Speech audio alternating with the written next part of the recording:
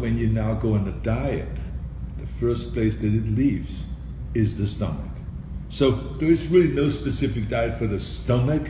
It's just in general, you want to lose body fat. Your body fat maybe is at 15%, you want to get it down to 12% or to 10%. And the way you do that is by burning more calories every day than you eat. So what you want to do is let's say to take 2,000, the number 2,000. You want to go and have 2,000 calories you eat every day, but burn off 2,500 calories a day.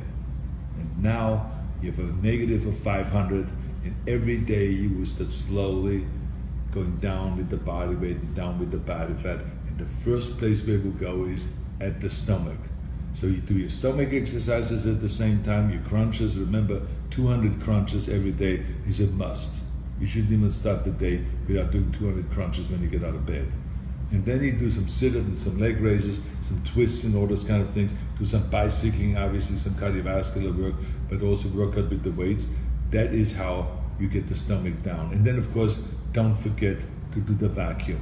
Practice the vacuum. So that when I'm gonna stand up right now, you stand like this,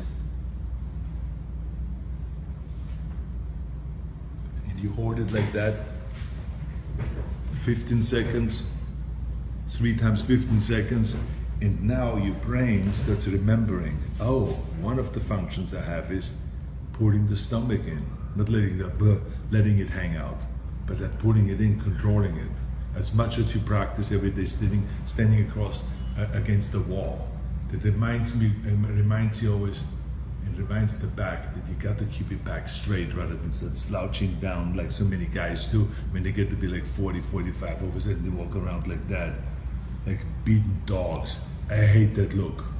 So forget about that. So stand against the wall every day and just practice and keep your head back, your chest out, and stand like this for 5 minutes. It reminds the head, the brain, that it has to keep you straight all day. The same is with the stomach always. It keeps you always pulling in the stomach and remind you not to just let it out and be out of control. What was your best squat?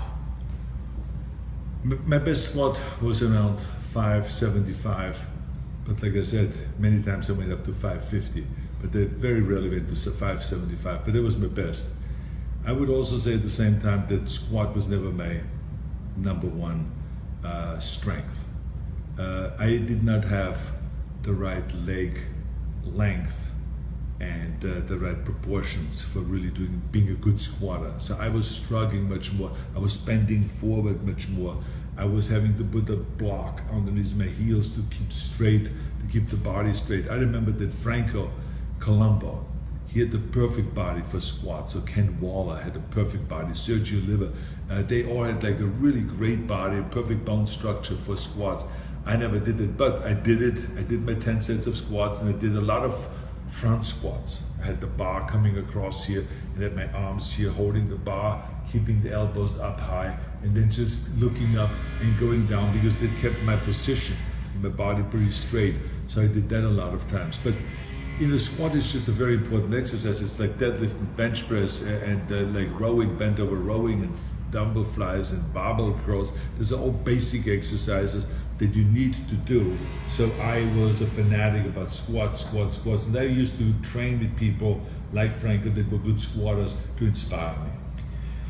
I'm a 35-year-old who just started strength training for the first time in my life. Do you have any advice for a late beginner?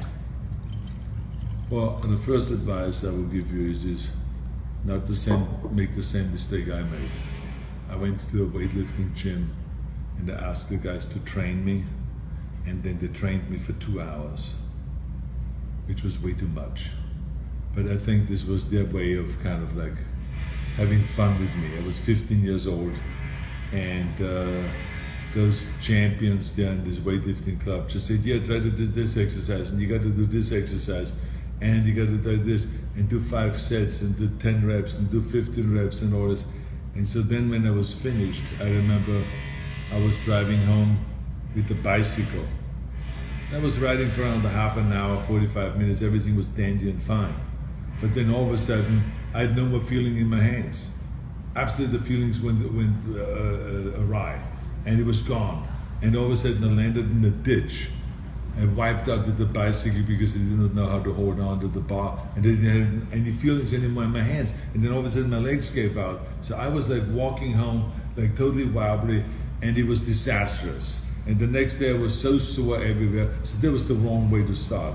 So what I would do is just simply do no more than 3 sets a body part. There's no hurry.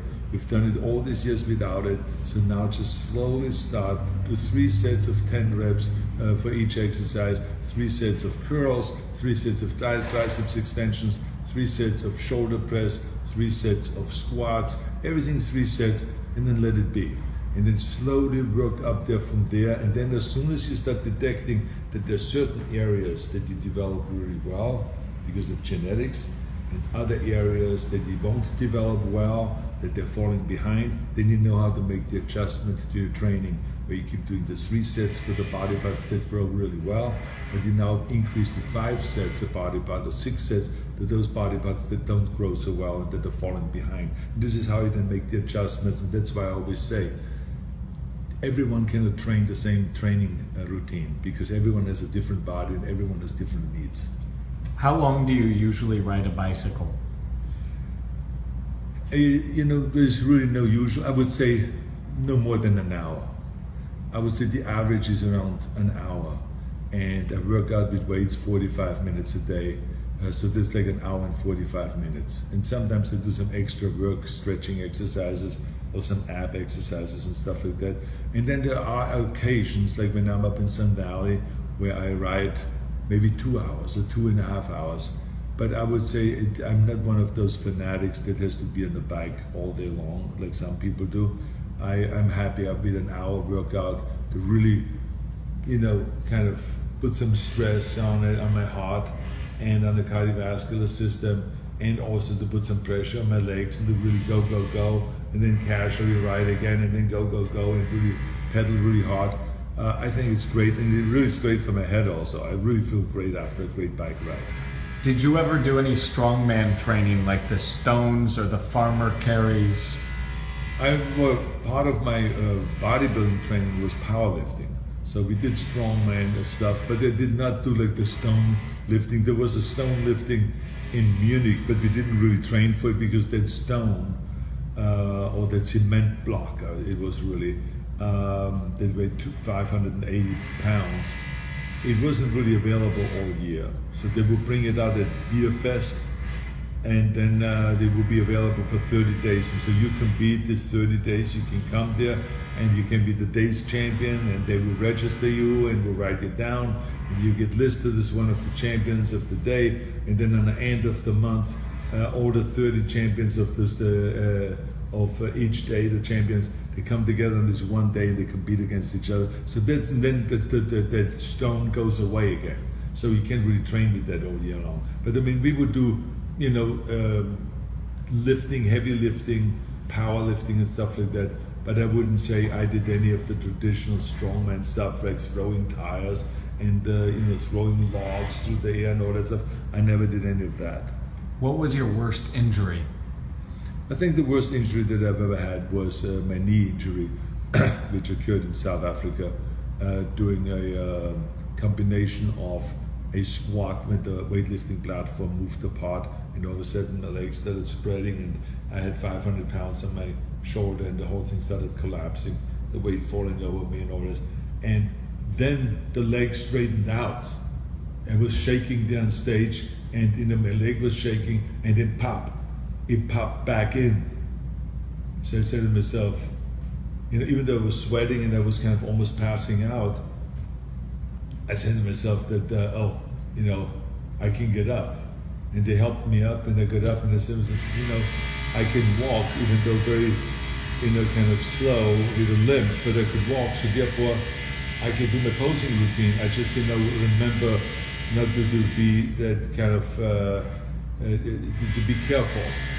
And then sure enough, I would do my posing routine, and then the people were screaming, and I started getting carried away because people were screaming and applauding and standing ovation, that I would come back out on stage after an accident like that. And I totally forgot not to go down to my kneeling shot, where I had one leg spread out like that and one leg bent, and I'm doing my double bicep pose. and I went down like that, and then the knee went pop back out again, and then I fell over, and I was like in pain again, and I was shaking, and then it popped loud again and all that stuff. I mean, people heard it all the way to the back row. It was like wild. And so then I had to come back, and I had to get knee surgery. And then the doctor said, you know, I had the cartilage surgery, meniscus, the kneecap was moved to the side, the tendon was torn, and blah, blah, blah. I mean, everything was wrong with the knee. But I had a good doctor by the name of Dr. Carter from Curlin and Job, from their office here. And I had good physical therapy afterwards. And within 4 months, I could start squatting again and prepare myself for the 1973 Mr. Olympia competition. And my thighs were actually the best in 1973 because I really paid close attention to it and made this kind of like the priority principle. You know, Joe Weed always talked about the Weeder priority principle, but this is what it was, where I did thighs first from that point on and really paid close attention to it.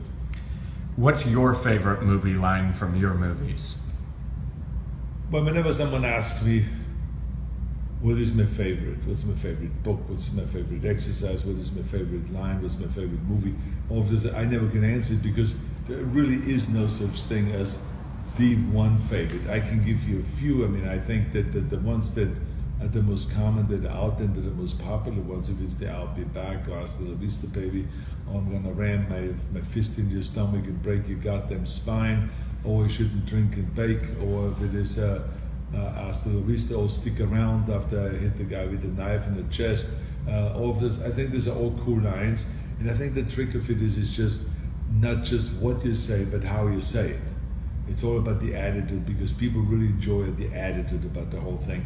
I think it was like when I was sitting on Commander in the airplane, and this big monster black guy was supposed to guard me, and then I just broke his neck in the plane quickly, and then the stewardess came, the flight attendant came, and she says, "Can I help you?" And I said, "Well, just leave him alone, leave him asleep because he's dead tired." You know, just the way I said it, because he was dead by now, to say he's dead tired.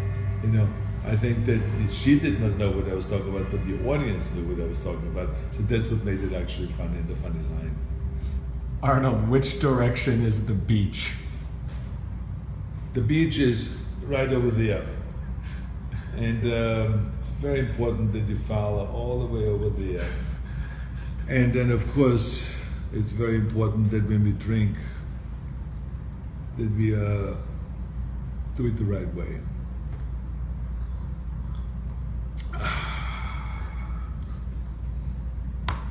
Anyway, sometimes when you have a problem pumping up your bicep,